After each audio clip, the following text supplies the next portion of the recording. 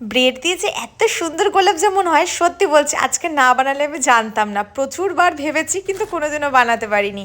আর আজকে প্রচুর left over bread ছিল, এগুলো দিয়ে কী করব আমি ভেবে পাচ্ছিলাম না, নষ্ট করতে গায়ে লাগছিল। তাই ব্রেডের কোনাগুলো কেটে ঝুড়ো করে ওটাকে দুধ আর ঘি দিয়ে মাখিয়ে নিয়েছি।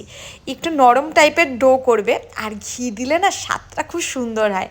এবার বল আকারে গড়ে নিয়েছি আর ভেতরে একটু পেস্তা দিয়েছি, তোমরা চাইলে নাও দিতে পারো। এবার চিনির শিরা বানানোর জন্য 1 কাপ চিনিতে 1.5 কাপ জল দেবে, এরম প্রপোর্শনে বানাবে। সাথে এলাচ দেবে, স্যাফরন দেবে আর রোজ ওয়াটার। ব্যাস, এবার গোলাপ জামুনগুলোকে লো টু মিডিয়াম ফ্লেমে আমি ভেজে নিয়েছি। আর যখন চিনির শিরাটা আঠা হবে না, হালকা হালকা যখন হবে, তখন নামিয়ে গোলাপ জামুনকে চুবিয়ে রাখবে। 2-3 ঘন্টার জন্য এরকম সোক করে রাখবে। এত সফট হবে আর পুরো জুসি, যেমন দোকানে খেতে চায়। মানে আমার মাথায় ঢুকছিল না এটা অরিজিনাল গোলাপ জামুনই আমি বানিয়েছি।